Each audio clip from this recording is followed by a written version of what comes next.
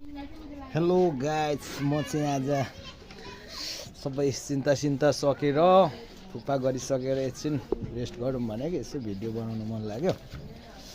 ल साथीभाइहरू, सुभाष तामाङ भ्लगमा म हेर्नुहोस्, कुखुराहरू पनि चढ्दैछ। मेरो नानीले एकदम आज साइकल बनाएर ल्याइदिएको, अस्ति भाँचिरहेको थियो र आज यो नानीले चाहिँ एकदम साइकलहरू कुदाउँदैछ। गाइज कुदा त छोरी, हाई गर्दै साथीहरूलाई। हाई साथीहरू, यता हाम्रो साथी। ओ यहाँ भान्जी छ, अर्को भान्जी, सानो भान्जी पनि आउँदैछ। नान्टु भन्दै आउँदैछ। ल कुदा कुदा कुदा कुदा, यता आइज त नानी लिएर, यता कुदाएर लिएर आइज। हाई भनिदेऊ।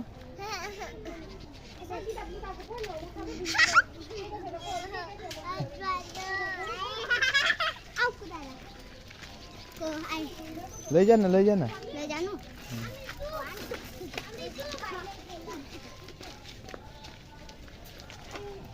एकदम अहिले चाहिँ प्रफिट भइरहेछ मेरो छोरी साइकल कुदाउन पनि।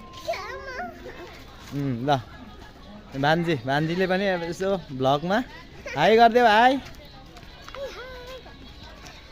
ल गाइज, आज चाहिँ यसो अल्छी लागेर सानो भिडियो बनाइदिउँ भनेको। ल मेरो छोरीले साइकल एकदम सिकिसकेको छ। यस्तो मौसम छ अहिले हाम्रो धरानमा चाहिँ, देउरालीमा चाहिँ। हजुर के हो पाटो साग भनेको? लट्टेको हेरौँ।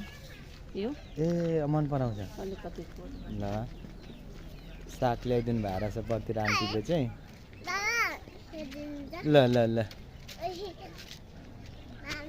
ल गाइस, हामी चाहिँ ल हेर्नुहोस्, मौसम यस्तो छ हाम्रो मौसम आजको।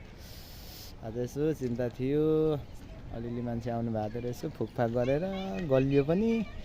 अनि एकछिन आराम गरेको, फेरि भिडियो बनाऊँ जस्तो लाग्यो। साथीहरूलाई हालिदिउँ न त, दुईवटा भिडियो बनाएर हालौँ न त भन्ने भएर चाहिँ यसो हालिदिएको। गाइस अब आराम गर्ने। अब मलाई सन्चो छैन यतिखेर, एकदम पेटहरू दुख्ने, मुटुहरू दुख्ने भइरहेको छ। ग्यास्ट्रिकले हो कि केले हो, र पनि अब ठिक हुन्छ होला। मेरो छोरी पनि ठुलो भइसक्यो, अब त कति 7-8 वर्ष लागिसक्यो।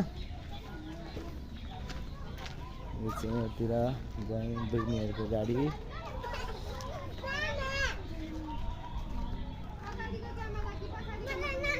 मैले अगाडिकोमा, पछाडिकोमा त अनुहारै निकाल्न जान्दिनँ होला।